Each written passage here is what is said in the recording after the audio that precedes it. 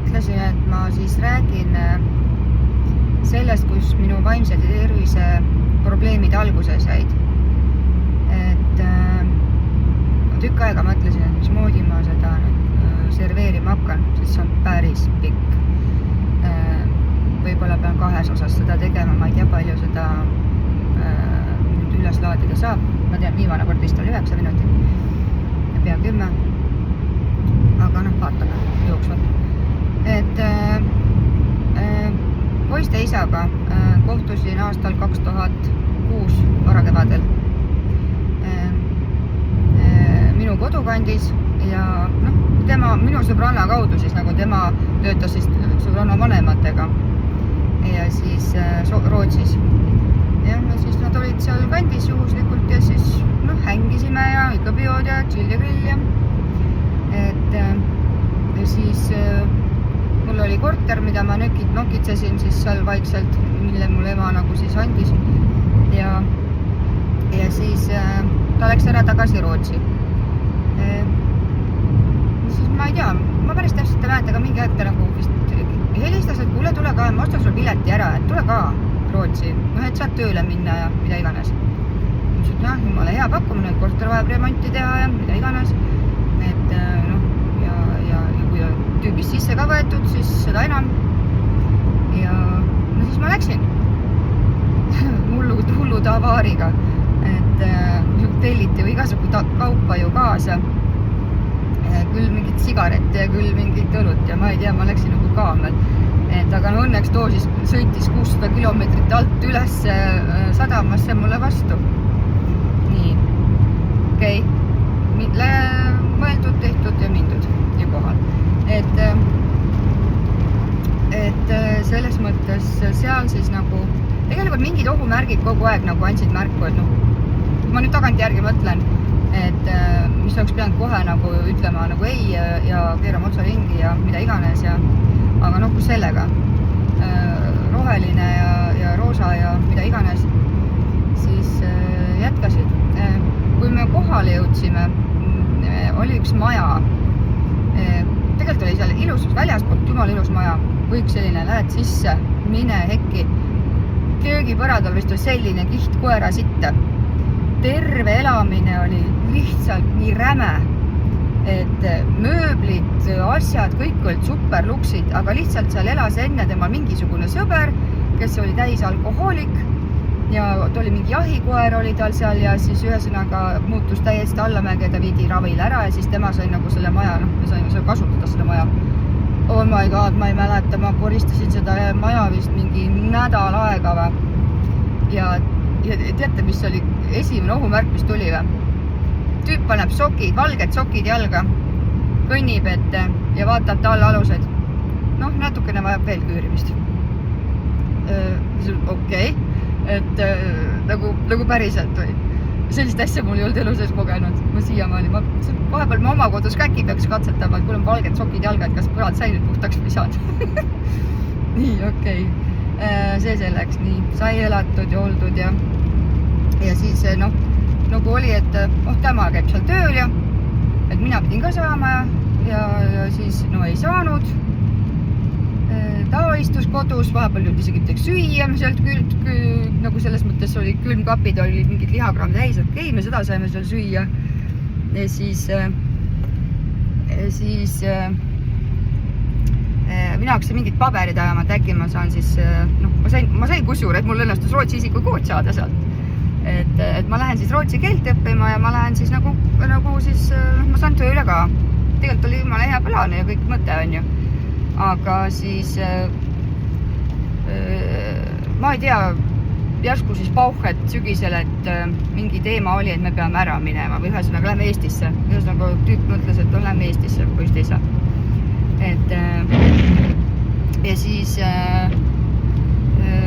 mul jäid pooled asjad sinna, meil oli kokkulepe, et me läheme tagasi. Mul jäid pooled asjad sinna, millest mul oli jumala kahju.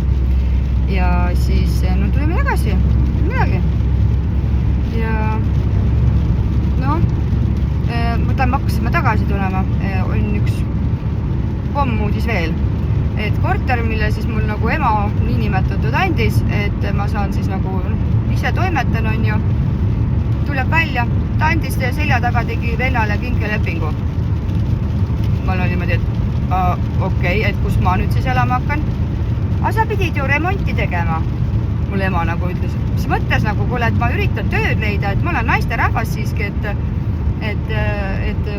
ma teen nii, kuidas ma jõuan, aga see ei olnud õigust minu asjad keldrisse isata ja siis teha nagu kinkeleping minu selja taga vennale ümber. See oli mul täielik šokk, ma olin jumala solvunud, ma ei rääkinud nendega tükk aega. Ma läksin asju niimoodi keldrist otsima, kujuta ette, kuidas koheldakse tütart ja kuidas koheldakse õde. Nagu rämpsu. Ja siis okei, see selleks oli valus löök. Ja siis kolisin siis tüübi juurde ära, sest mul ei olnud ju kuhugi minna enam. Ja läksingi see poiste isa juurde elama, sest mul ei olnud enam katust pea kohal. Ja siis tegelikult võib-olla ei olekski seda kõike juhtunud, kui mul ei oleks seda korteri ema olnud, kui ema ei oleks niimoodi teinud ja mul oleks katus olnud. Mul ei oleks vist sellist asja praegu. Või see oli neid probleeme. Okei. Aga tagantjärgi tarkus. Ühesõnaga, jah, läksime siis, kolisime alla ära Lõuna-Eestisse ja siis kohtusin ta emaga esimest korda ja siis elasime mingis tema ma ei tea, mingi lapsepõlve korter või mingi oli ka siuke remontimata nõukaaegne või siuke, mis ta oli. See oli peab 20 aastat tagasi ka. Ja ta emal oli teine korter siis kuskil ja ühesõnaga siis ta ostis veel mingi teise korteri ja siis ta kolis ümber ja ühesõnaga kuna see tüüp nagu käis tööl, ei käinud tööl, käis tööl, ei käinud tööl, mina käisin tööl, läksin nagu lihakasse tööle ja siis ma sain teada, et ma olen rase. Sest et tollel hetkel mingi 6 aastat tagasi mulle arst ütles, et ma ei saa lapsi, kuna mul on teatud asjad olnud. Ja arst oli ise ka nii üllatunud, pärast seda tahtis veel lastki näha, et kuule, too see imelapsi ja okei. Siis sups. Nii, aga siis kuna seal korteris oli, ma ei tea, mis asi seal oli, igatahes mu haistmismeel läks nii jõudsaks, ma ei suutnud seal olla, ma ainult öökisin, see hais oli lihtsalt nii räme. Ja ma ütlesin, ma ei suuda olla, me peame ära kolima siit. Nii, kolisime siis mehe ema korterisse. Tal ema töötas Soome vahet. Käis Soomes. Oli siis nagu, opiõde. Ta oli niimoodi, et mingi, ma ei tea, mitu korda aastas ta koju tuli. Ühesõnaga me saime siis seal korteris olla. Ja okei, kõik oli hästi, esimese lapse kandmine kõik oli hästi, midagi ei olnud, isegi terrorit ei olnud sel hetkel ja siis olimegi seal korteris ja esimene laps sündis ära ja siis nii kui laps ära sündis, muutus poiste isa ka siis, ma ei tea, mis talle üle hakkas jooma, läks lolliks, armukade, mingi süda talvel, laps oli mingi 3 kuud vana ainult detsembrikuus, võtab lihtsalt lapse voodist ja tema nüüd läheb lapsega minema. Ma olin õnneks mul oli sõbranna külas oma mehega, kes nagu tulid appi, et laps ta käest kätte saada. Sest ta põhimõtteliselt pidžaama väel lapse võib lihtsalt mingi 20 kraadi külma õues välja või. Et täiesti kammis ära. Ja okei, see läks jälle mööda. Nii, siis iga korraga see süvenes seal, et tema joomised läksid nii hulluks kohati, et lõhkus rusikaga koridori uksi, üldse asju, laamendas, lõugas, siis läks, ühesõnaga, tol hetkel oli seda veel vähem. Nii, Siis oli niimoodi, et järgmise aasta algul, ehk siis 2008, see oli veebruar, et ma sain teada nagu, et ma ootan teist last siis. Ja siis ma sain ämma käest sõimata, kas on ikka seda last vaja või et miks see oli niimoodi ja muudkui sõimas. Ja ma ütlesin, et issand jumal, et kuule, ma olen õnnelik, et ma üldse lapsi saan, ja kui 2 last, siis on 2 last ja kui nad on ühesuurused, on ühevanused on ühevanused. Et mul on hea meel, kui nad saavad koos mängida. Aga see läks aina hullemaks. Siis hakkas ta koju, ämm hakkas kodus käima ja me ei saanud kodus olla enam niimoodi, et ta ainult lõugas, laamendas, paugutas uksi. Ma tundsin hommikul ärgates juba, et ma ei julge uksest välja nina pista, sest et see õhk oli juba paks. Ta käis näppu pidi mööda igat ukseviida, kõik kohad käis, et otsis tolmu ja mida iganes, et kõik on nii must ja kõik on nii räpane ja miks nii on ja miks naa on ja ükski laste mänguasi tohtinud vedeleda. Ja siis, okei. Nii, ühesõnaga iga kord, kui ta kodu poole teel oli, ma 2 nädalat ainult küürisin elamist, sest ma läksin niimoodi paanikasse, ma värisesin. Ma täiega värisesin ka pärast ära minekut, see 2 aastat. Ja siis ühesõnaga minu närvikava läks iga korraga aina rohkem allamäge, kuna üks joodikust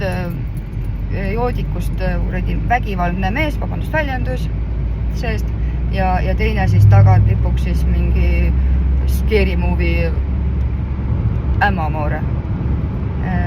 Ja siis ühesõnaga lõpuks oli niimoodi, et seda terrorit oli nii palju, me pidime kolima nii palju sel ajal, kui ma rase olin teise lapsega. Ma kolisin meeletult, ma pidin kogu aeg asju tassima, sest solgutati kogu aeg edasi-tagasi. Sest meil ei olnud oma place'i. Ja ühesõnaga, kui siis teine laps ära sündis, mul oli terve rasedus, selle teise lapsega oli rasedus hästi stressirohke, põhimõtteliselt mul oli paar korda närvivapustust selle ämma pärast ja siis eksi pärast. Ja siis teine laps sündis ära haiglas. Niimoodi, et ma olin täitsa üksi, sest et eks oli suurema poisiga siis tol hetkel kodus. Ja ma käisin mitu korda haiglas, sest ma tundsin midagi valesti. Ja mind saadeti tagasi ja lõpuks siis nagu jäeti ja siis tuli välja, et oli veel 3 korda nabanöör ümber kaera ja seega on mul teine laps siis vaimse arengu häirega. Ja ATH veel ATH kahtlus veel otsa panna. Ja okei, nii, mis juhtus? Ma ei olnud sünnitustoast väljagi saanud, kui mu lämm tuli marssis uksest sisse ja karjub mulle. Kas sul oli vaja seda last sünnitada või? Kas sul oli vaja sünnitada või? Niimoodi lõugas selles ruumis. Ma sain, mul hakkab praegu käed värisema. Ma sain sellise šoki ja ma nutsin. Ja ütleme niimoodi, et sealt edasi läks kõik allamäge veel rohkem, sest mul tekkis rasedusdepressioon, millega ma ei tegelenud. Siis oli niimoodi,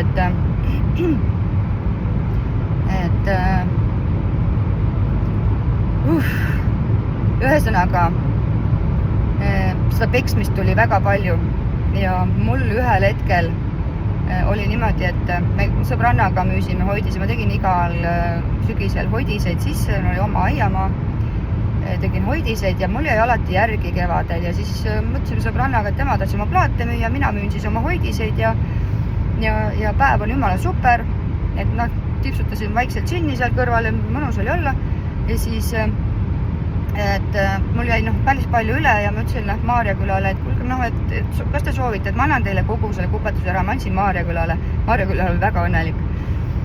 Ja siis korjasime asjad kokku, mõtlesin, et lähme siis natuke aiamaale grillime, võtame lapsed ka kaasa, ja siis, et õhtul oli veel pidu ka tulemas ja siis mõtlesime, et panen siis lapsed magama ja siis mul nagu siis poiste vanatädi oleks siis nagu vaatama tulnud. Nii kaua, kui ma korra peol käin. Tantsulgal. Ühesõnaga asi lõppes niimoodi, et ma läksin poistega pikali. Eks oli juba ennast nii segi joonud. Ta hüppas jalgadega voodisse. Laste minu vahele jalgadega voodisse, hakkas mind jalgadega peksma. Mina püüdsin niimoodi hoida, et lapsed viga ei saaks. Ta tõmbas mind jalgupidi maha, siis ta karjus, et sa kuradi lits, kust surve maha, sitt tema, mis kõik iganes sealt tuli. Ja mul käis siuke plahvatus läbi, mina panin ennast vannituppa kinni ja mul tekkis, ütles, et kuna ta kordas kogu aeg, et kärva maha, et sure maha, et sa ei ole väärt siin ja mida iganes. Ja mul niimoodi plahvatas ja ma võtsin žileti ja ma tõmbasin oma veeni läbi. Okei. See on praegu päris raske teema veel.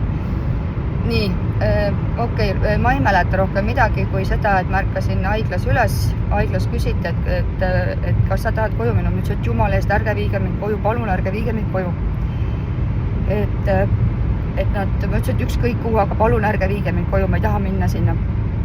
Ja nad viisid, ma olin siis natuke aega psühhiaatri haiglas.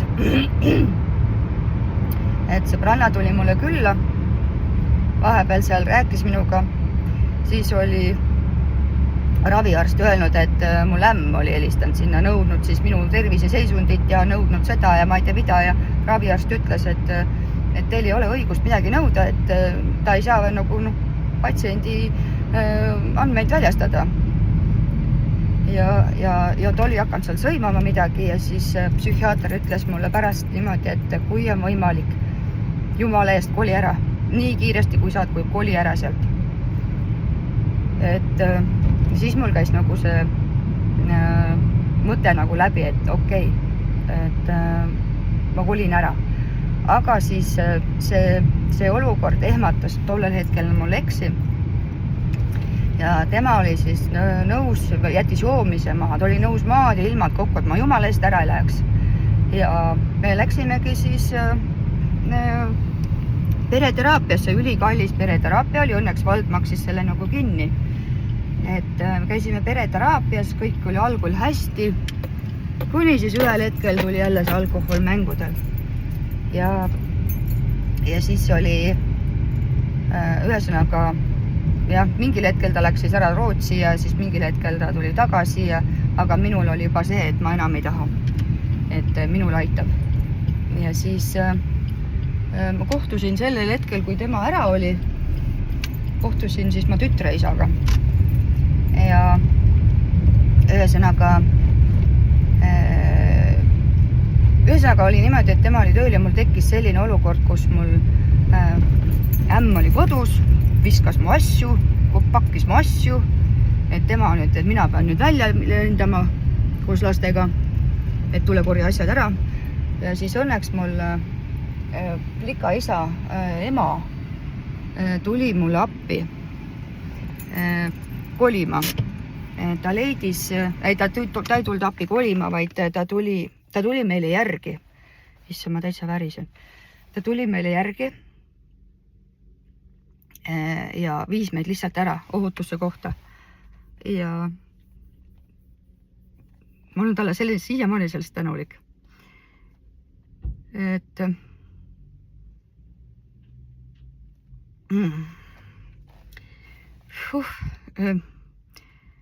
okei. Ühesõnaga niimoodi ma lõpuks sealt ära põgenesin. Et võttis aega, mis võttis, hoidsin seal olemisest sellepärast, et vaata, minna ei olnud kuhugile. Miks istuvad naised perevägivallas nii kaua, sest ei ole kuhugi minna. Mina oma perekonnalt toetust ei saanud. Et mul ei olnud mitte kuhugile minna. ja siis nagu oledki ja püüad ja kannatad. Et aga ma võtsin selle radikaalse otsuse jah, lõpuks tänu selles mõttes, et tuldi niimoodi appi ja saadi aru olukorrast. Et ma olen ääretult tänulik neile siiamaani. Et jah, ja see on minu siis nüüd selline pikk lugu. Ma lähen koju, rahunen, teen sauna ja issand, mu telefon ka väriseb käest. Aga aitäh kuulamast ja ma loodan, et see pikk video, et see puudutas võib-olla ehk kedagi veel, kes on, neid on tegelikult palju, need on väga palju sellises situatsioonis naisi, aga nad ei räägi seda. Mina ka kaua aega ei rääkinud. Et aga hästi, aitäh, et kuulasite. Kõike head. Tšau!